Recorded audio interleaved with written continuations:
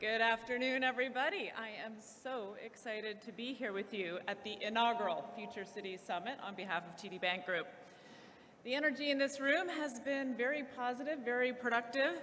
You can almost feel progress all around us. In today's day and age, it's really easy to kind of get bummed by the negative narrative that's out there and wallow in apathy. But being in this space today amongst this group of really committed and passionate change makers, I feel actually optimistic about what we might do to co-create the urban environments that we need. As a founding partner of Future Cities Canada, TD understands and believes in the importance of building sustainable and inclusive, resilient cities. We need them to be able to deliver on our aspiration of an inclusive and sustainable 2030, which is the ultimate goal of our new corporate citizenship platform, the Ready Commitment. Nori mentioned this morning that we're targeting $1 billion in philanthropy by 2030 to achieve this goal. We're also targeting $100 billion in our lending, financing, asset management, and other programs to support the transition to a low-carbon economy. And of course, we want to try to leverage the collective efforts of over 85,000 TD employees to catalyze our impact. To focus our efforts and be as intentional as we can be, we've chosen 4 interconnected drivers of change: financial security, vibrant planet, connected communities, and better health. When acted on together, they'll have the greatest impact.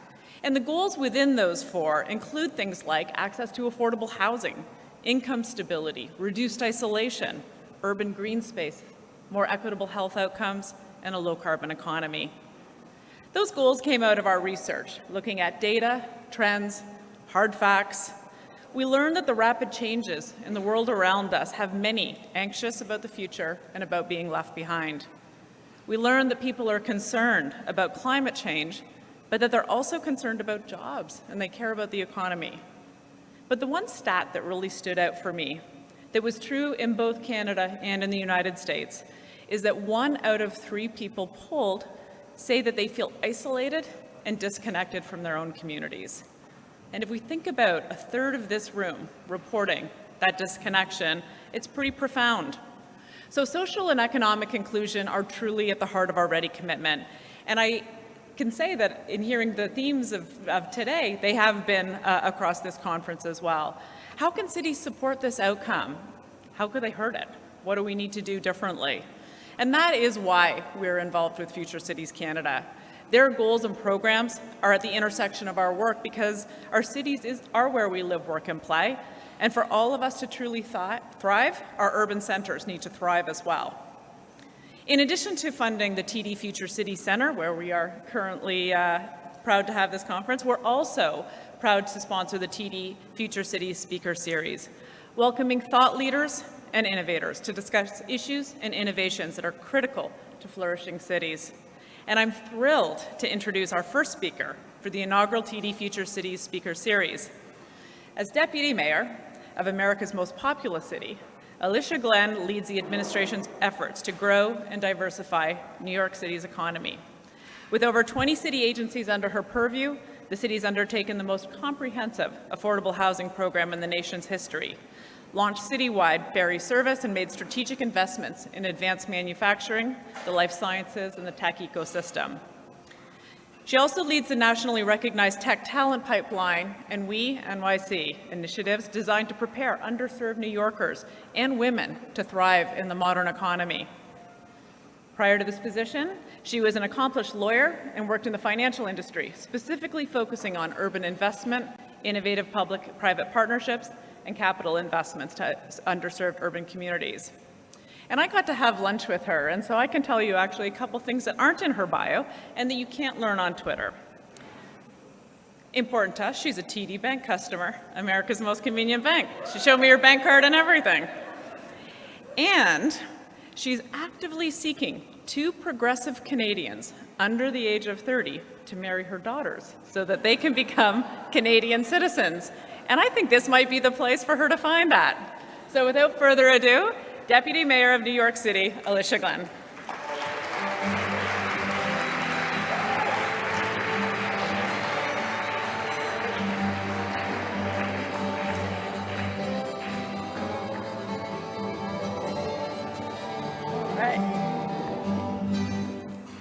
Wow, I don't think I've ever been introduced by a bluegrass band. Is that right? Are you bluegrass? That's awesome. This is why Canada is so great. Canadians are so great.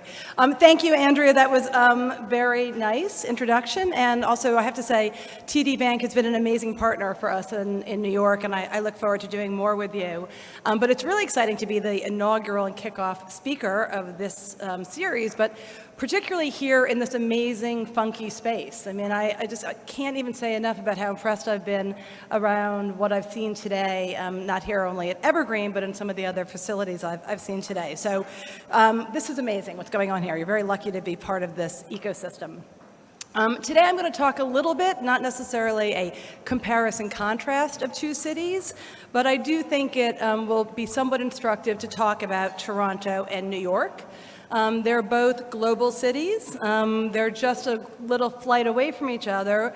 Very different personalities, I think it's fair to say, but also a fair amount in common. And let's talk a little bit about the commonalities and some of the challenges. Both of our cities have become increasingly safe and increasingly prosperous.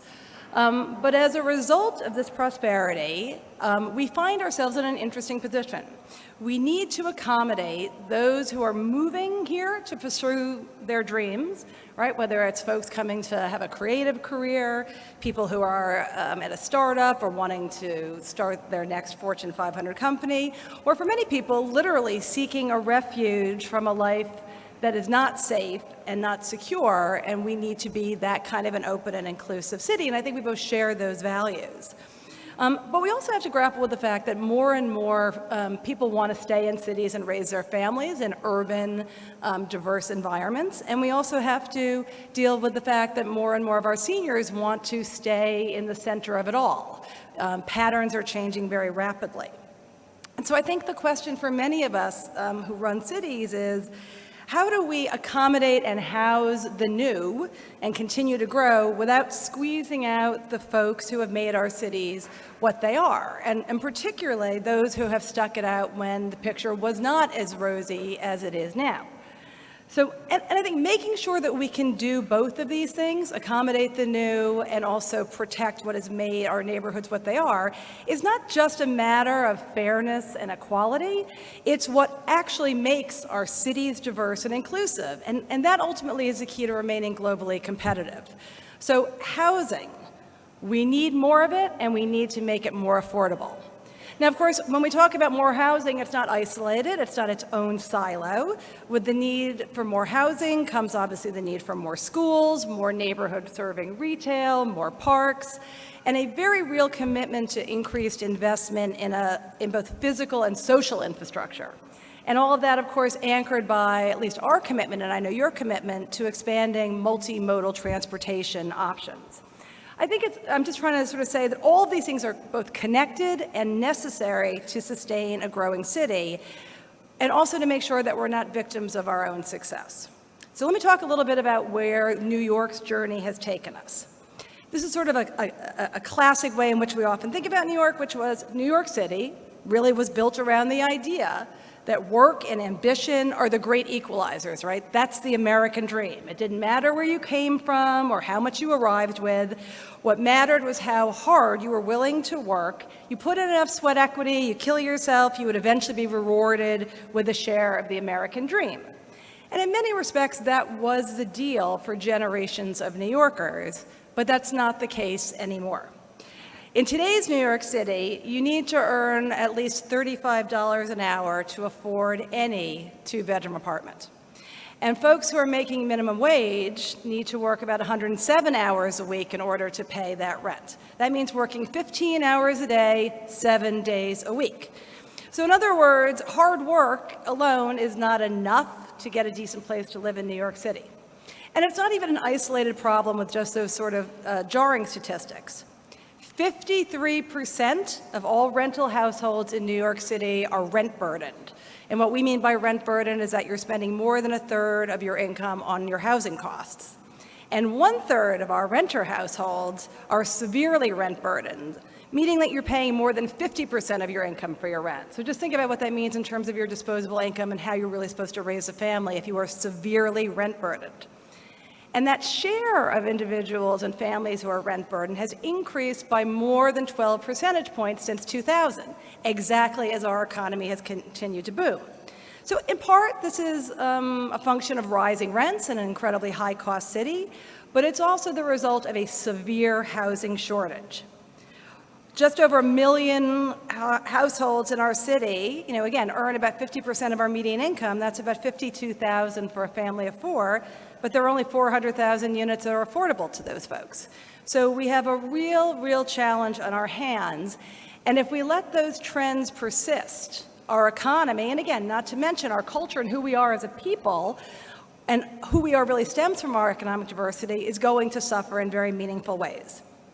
So today what I thought I would try to do is offer some lessons from New York City that may resonate with you, and perhaps even provide some strategies to address or maybe even future-proof your housing policies so that maybe you can avoid a full-on affordability crisis or begin to make a dent in the crisis.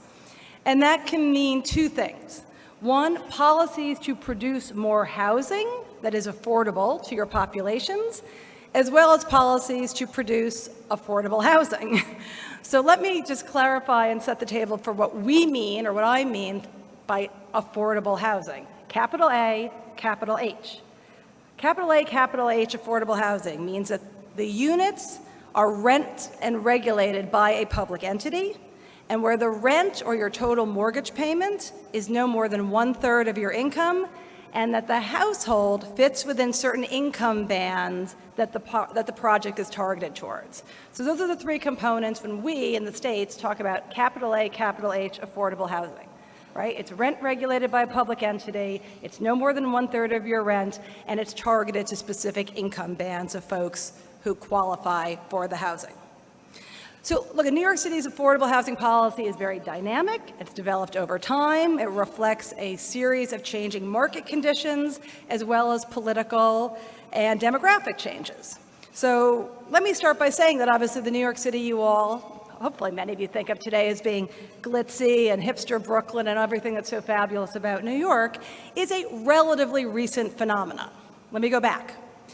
1970s and 80s in New York City were marked by real disinvestment, a population loss of close to 800,000 people, a financial crisis fueled by an anti-urban federal government, declining tax base as high earners and companies fled to other smaller cities in the suburbs, and blocks of abandoned properties in low-income neighborhoods, fires, literally, and diminishing city services. And so it's hard for us to talk about this today, but planned shrinkage was much the talk in the political and civic ether. People were literally thinking about how to shrink New York City, similar to some of the discussions going on in Detroit right now. Now, then Mayor Koch was elected, and he saw opportunity in this crisis. He was not going to buy into shrinkage, and rather than writing off whole neighborhoods, he decided to invest in them, and to invest in them in a very specific way, to use housing as the core of a neighborhood reinvestment strategy.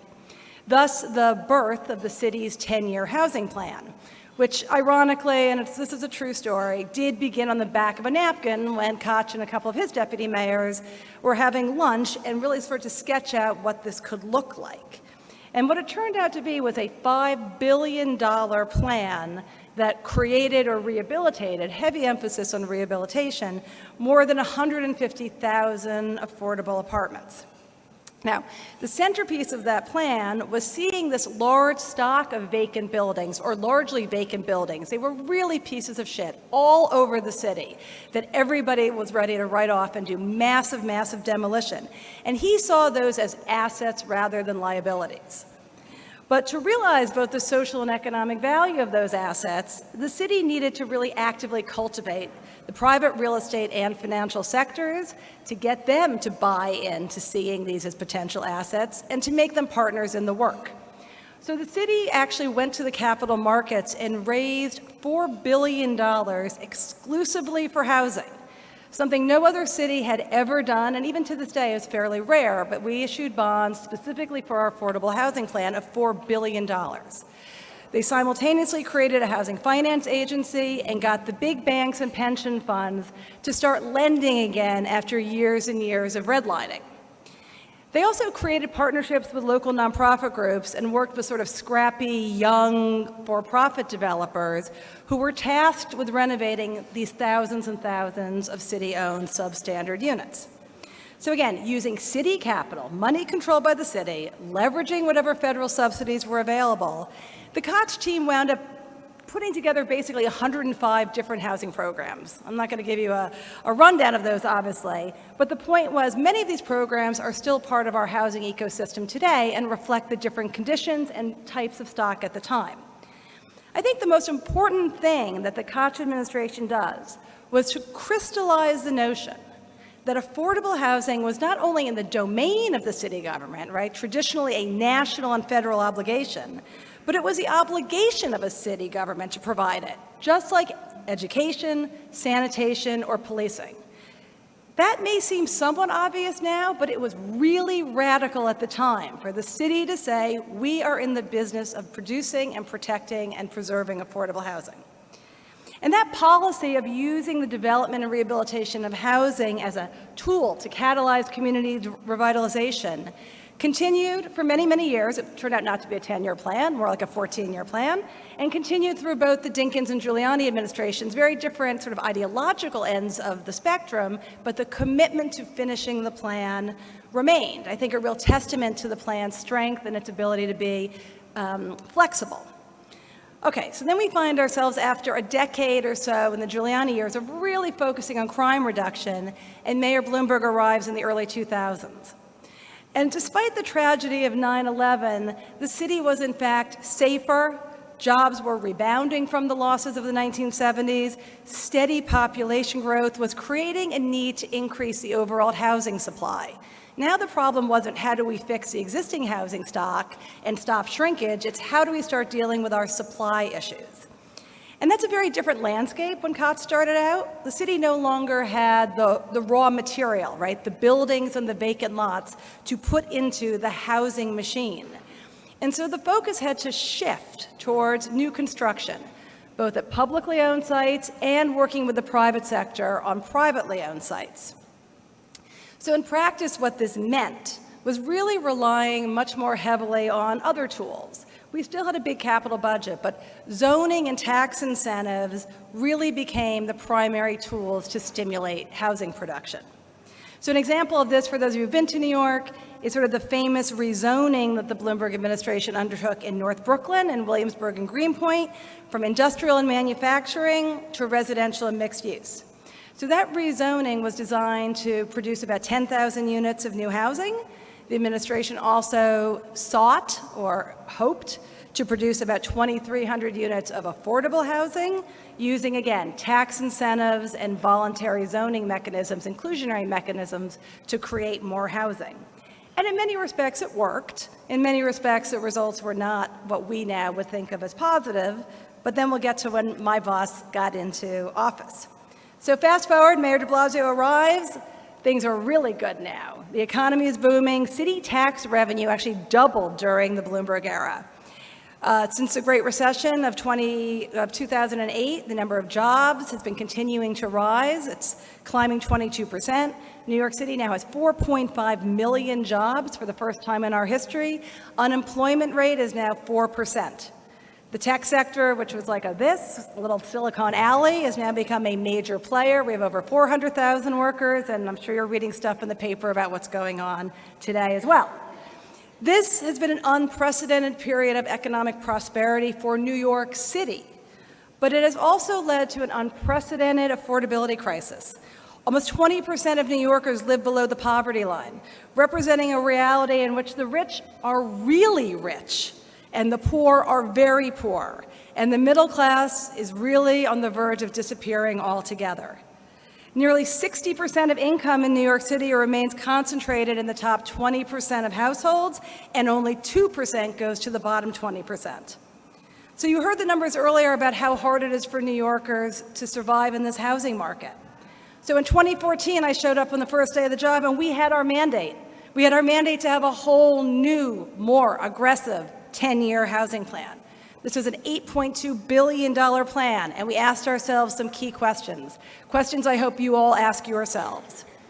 How do we confront this crisis of affordability while also increasing overall supply, right? We inherited a city of 8.4 million people projected to grow to 9 million in 2030, but in 2013, we only produced 18,000 new units, right? How are we dealing with this at a macro level?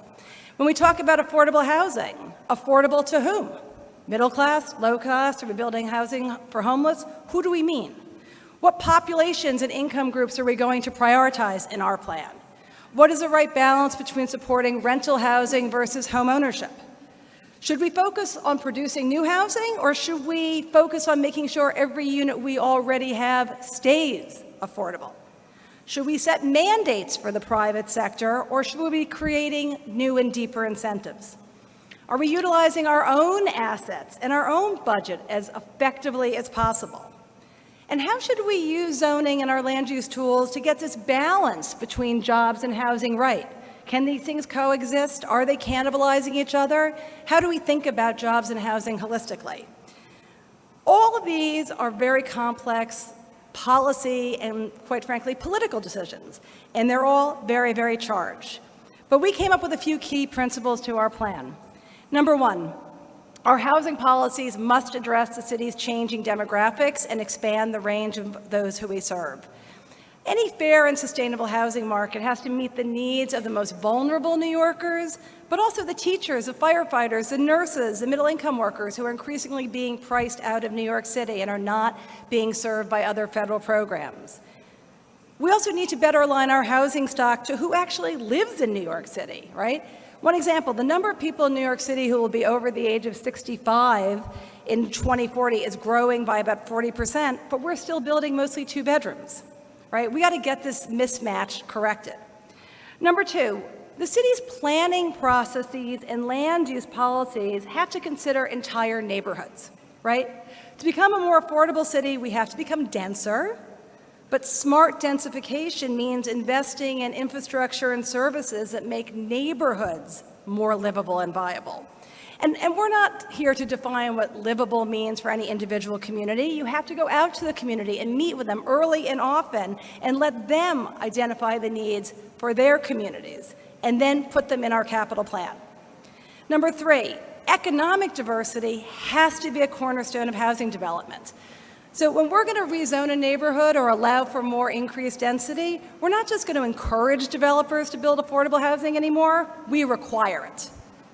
So New York City's passage of our mandatory inclusionary housing program has assured that as the city grows, so will the stock of permanent affordable housing. Number four, our own tools and our own assets have to be leveraged more effectively. When we subsidize projects, we have to make sure we're not over-subsidizing them. When we structure really complex deals, we have to be the best. We have to be better than the people across the table, and we have to make sure that we're aligning all of our policies so that these guys aren't double or triple dipping. And trust me, they know how to do it. We have to make sure that even when it's uncomfortable and unpopular, we have to seize every opportunity possible to incorporate affordable housing in our public sites. That's just something you do. You have public property, you're developing housing, you must insist that there's affordable housing. And number five, our past investments have to be protected. Affordability has to be locked into changing neighborhoods. Look, New York City had already invested billions of dollars in subsidizing affordable housing. We can't afford to lose those units to market pressures, and we can't just, it's not just a numbers game. Those are the people who lived in our city and make up the fabric of our city. And that's why we've given the same attention to our new production programs as we have to preserving affordable housing. These are the principles that we've put into action, and now almost 5 years later, I can say that it's working. We not only met, we exceeded our original target of 200,000 units over 10 years. We were ahead of schedule. So we announced that we're going to 300,000 units in 12 years. There's so much work to be done, we have to keep going. And this year we passed an all-time record of producing 32,000 affordable homes in a single year. But look, no matter how good any plan is, as I said, you have to be flexible. You have to be constantly innovating. And so we're rolling out a few things. I'll be fast. I see the clock ticking. Some things that we're looking at now that I also think are useful for folks here. Millennials. Millennials are into this, right? You own less, you share more. Well, let's really think about that from a housing perspective. Market rate developers are figuring it out. Why don't we figure out really smart, affordable co-living spaces? So we're going to be doing that kind of work as well. We've begun to roll out much more aggressively on micro units, things I often think of as like tiny homes in the Big Apple. But we can do this. We need to be thinking about high design, high tech solutions, particularly in very dense environments, in order to encourage affordability. We've developed a new financing tool so that locally based nonprofit organizations can go out and buy apartment buildings that they know are at risk of falling to market pressures. The groups on the ground know better than anybody which buildings might be going market, and they need a seat at the table, and the city has an obligation to provide financing to them to save their neighborhoods. And finally, we've started to really get big on modular. Big topic around here, I'm sure, but allowing these units to be assembled off-site and stacked quickly like a really good Lego on a good day will keep time moving and savings. So this is what I would say. Housing is the fundamental building block of any healthy city, right? You can't work, play, grow, or learn, or create, or prosper without housing for folks that is within their budget. And this is important in the dialogue. It's actually in the best interest of every single resident of a city, no matter where you live in the city or how much you earn. It's really important for everybody to understand that the city itself play a leading role in preserving and building more housing. And just remember that this future may not look so rosy all the time, but you got to get these policies in place now. Adopt mandatory inclusionary housing now so that in the future you won't be bemoaning the fact that there was no affordable housing in that building. Make sure that even if you're selling surplus property for $1 because somebody has agreed to renovate the building, that you retain an interest in that building so that when it's sold for $10 million 5 years from now, the city gets some portion of that money back to reinvest in other housing programs. Start future-proofing your policies now. Because I can tell you that if you don't, the politics on the ground are brutal, and the challenge just becomes greater. I honestly believe this, that we need to very much take on these complex issues around gentrification and displacement and how you can still have smart and sustainable growth. Make smart capital investments in the neighborhoods that you want to grow. Make sure that you include affordable housing in every building that you are partaking any underdeveloped site on. And make sure that you listen to people on the ground, because again, what works for one community, one neighborhood, may not be what a neighborhood 2 miles away needs. Right? To get your deal done, it may be about building a new park, building a new waterfront esplanade. In another neighborhood, it may be about the fact that you need to build a lot more pre-K seats. But this is an iterative dialogue with communities, and making those kinds of investments while you are creating a more robust housing agenda is the most important thing you can do. Trust me on this. I know because we're doing it, and it's changed the conversation. So anyway, it's my job to say New York City is the best. We know everything. We're a little bit arrogant. But it's also true that I know we can learn from other people. And I know that today the conversations will continue to be an example for us. And I hope that we can be an example for you as well. So thank you very much for having me.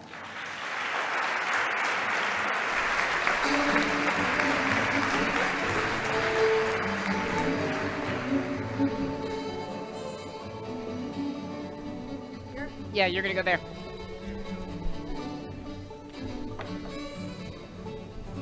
It's okay. Not what this is, but would you like it? So Jeff made a little comment at the beginning this morning that he could tell that I'd spent a lot of time in New York. So now you know what a real New Yorker sounds like. They talk very fast there. And you're going to now hear from two dynamic folks who are living in New York. So joining Alicia to have a conversation, and then between them, and then opening it up to the broader group, is Phyllis Yaffe. And many of you, I hope, know who Phyllis is. She's a recipient of the Order of Canada. She's a longtime media and cultural executive here and leader here in Canada, and a couple of years ago was appointed to be Canada's Consul General at the Consul General office in New York, which represents 5 states, correct? So she has been front and center. I got to know her a little bit last year during the NAFTA talks, and she is there representing Canadian cultural interests and business and fostering all sorts of interesting things in the Northeast. So who better to have an animated conversation with the Deputy Mayor than Phyllis Yaffe? So off to Phyllis and Alicia, and then they'll come out to you in a minute. Thank you. Thank you, Mary. Thank you. And thank you, Deputy Mayor. That was fascinating. And as a person who has the privilege of living in your city, at least for now, I have to say I'm always impressed with how New York does work, because it really shouldn't. It really is a remarkable miracle that the place works, and it does work. And I think we can all remember getting from one place to another in New York and thinking, how did that work? But it does. I guess let me start by saying you touched on it a lot, but it is so fundamental to New York, and that is income inequality. And it's an American problem, it's a Canadian problem, but it's a real New York problem. So talk to us a little bit more about what you think the mayor and your government is doing about that. Yeah, I mean, I think income inequality is a topic we all have thought a lot about. I think there's 2 sides of the equation when we look at the challenge of sort of affordability and income inequality in New York. One is, yes, we need to be able to provide housing and services that are cheaper or more affordable to people. But the other side of the equation, of course, is how are we really addressing wages, right? I mean, if people made more money, we would have to worry less about producing affordable housing. And it's obviously a complex issue because 2 reasons, largely. One is the economy is changing dramatically, and it's not a localized issue. The distribution of wealth in the United States and federal economic policy and global capital markets are obviously creating much of the income inequality that we see. But there are policies and ways in which we can try to reduce that. And some of these I know other cities are exploring. So number 1, for us, we started with raising our minimum wage. So we took, despite people say, oh, well, if you raise a minimum wage in New York City, everybody will go and work in New Jersey. Bullshit. That's just bullshit. So you can do things like that. One of the reasons why we were so focused on providing universal pre-K and now universal 3K is because it allows people to work, right, to earn more money because they can be there, and or to not pay for preschool or daycare. We have really instituted a series of policies at the municipal level, again, to try to get incomes up or to have people to have to spend less on things that we can provide as a city. And this is something we're continuing to explore. So it's a 2-headed beast. We need to reduce the costs, so reduce the cost of education, reduce the cost of transportation, increase wages. It's a holistic thing. And at the end of the day, obviously, we do live in a global market. We live in a city and a state and a country that has not figured out how to address these issues, but we're looking at it holistically. At the same time as there are those people at the bottom of the economic rung in New York, the tech industry, and I guess I'm sure everybody's read about the new tech ideas that are coming to New York, or at least we think they are. Toronto, of course, will be very sad, but we'll get over it. It's okay.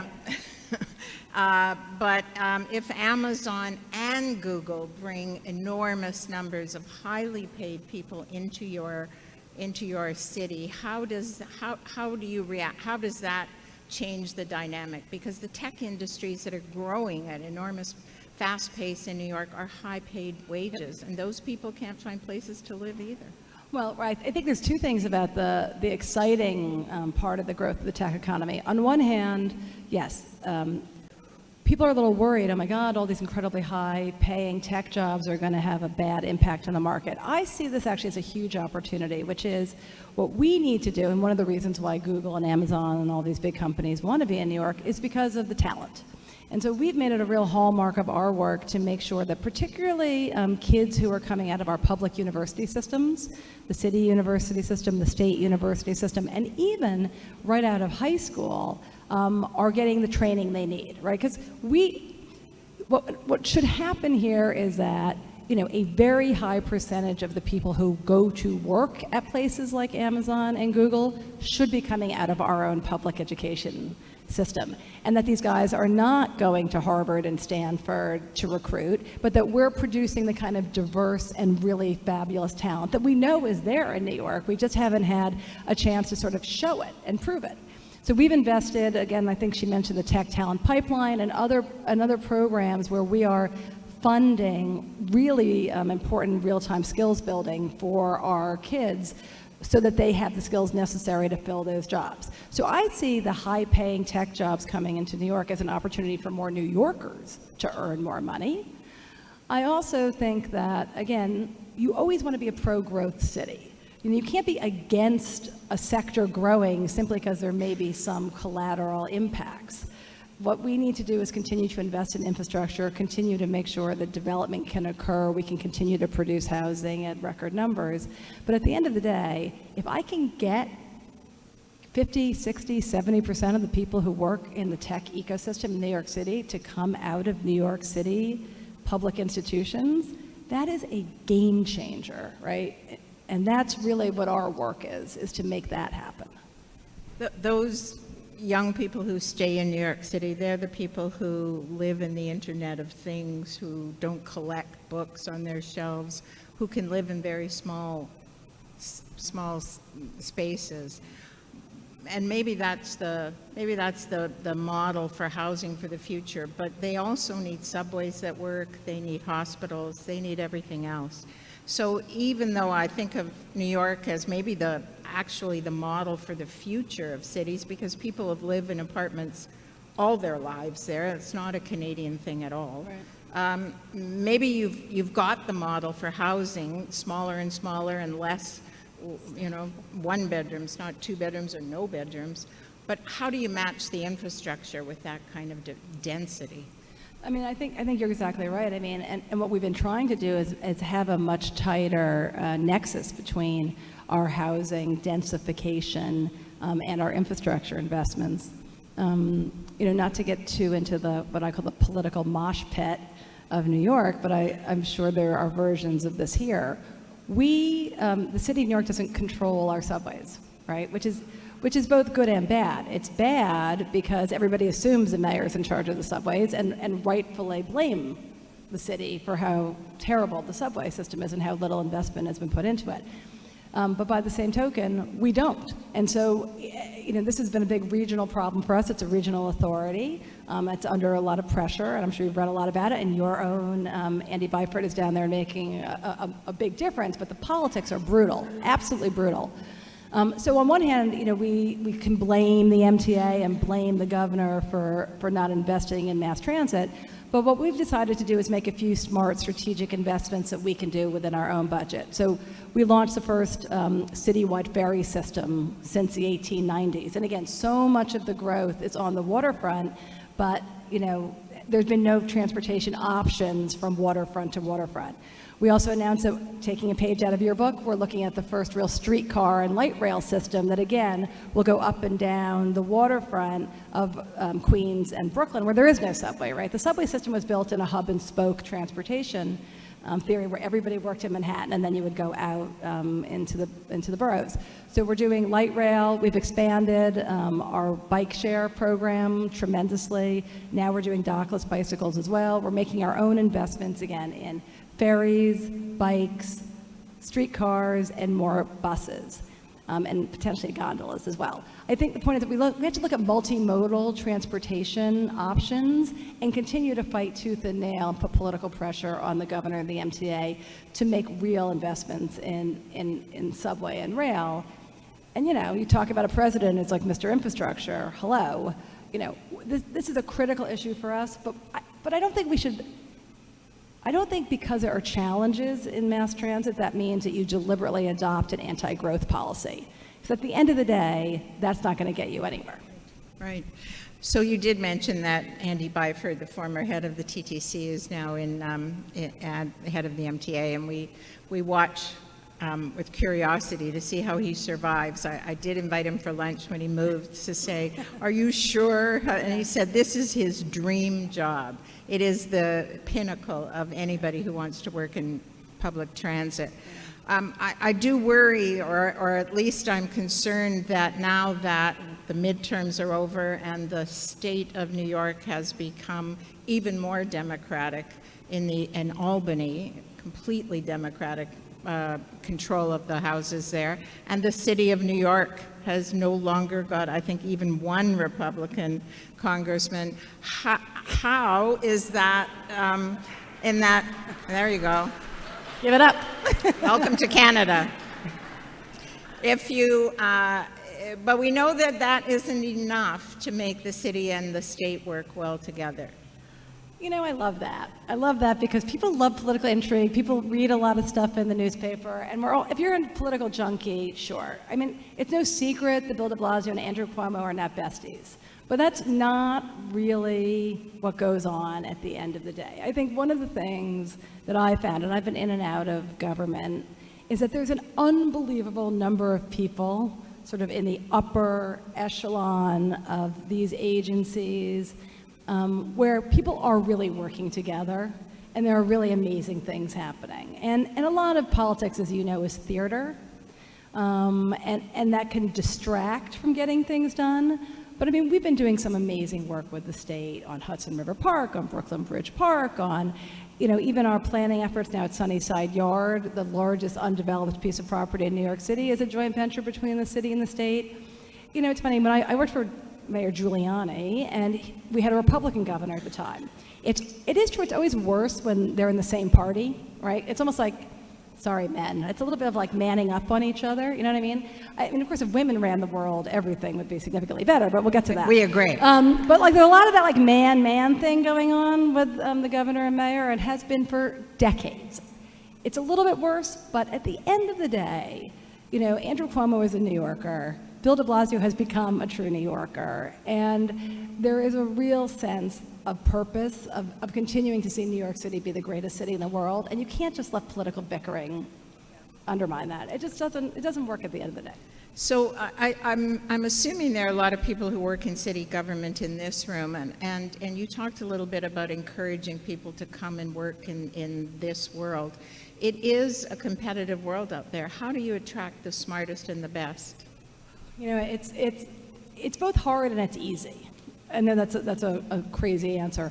On one hand, it's very hard to get people to work in government right now because we have like, you know, 110% employment in all of the sectors in which we're recruiting.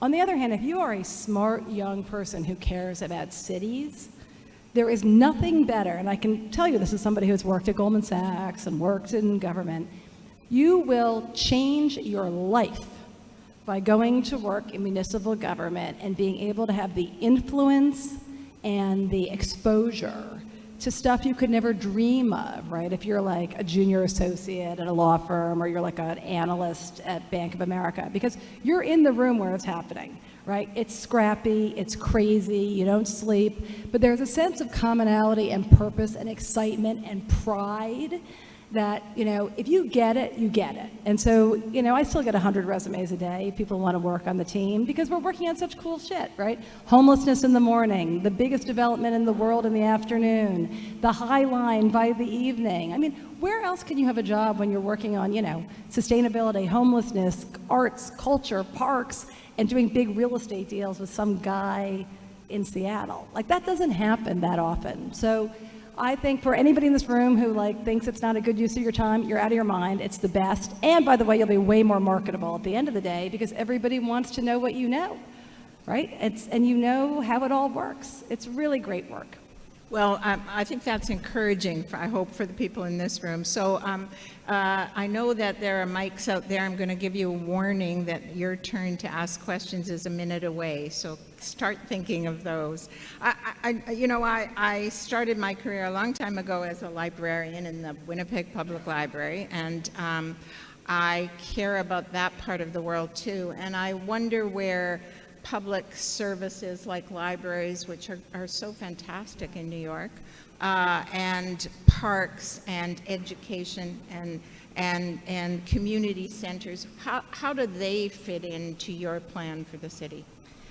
Nothing could be actually more important. I mean, also, I love libraries, and the function of libraries has changed so much and have become, and in New York, you know, they're really community anchors. And so as libraries themselves have changed, we have begun to see them more as a way to interact with communities.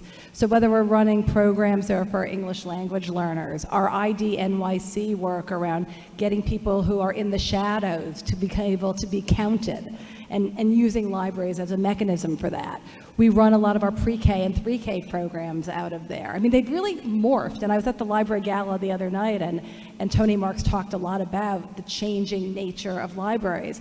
You know, I think we committed something like over $300 million to the library systems last year, because again, I think to think of them just as libraries is doing them a disservice, because they have become de facto community centers and anchors, places to close the digital divide, places to embrace community, places to run programming, and, you know, now you can get every movie in the world. You can rent the movie from the library. And so it's another way to sort of close that gap of income inequality, right?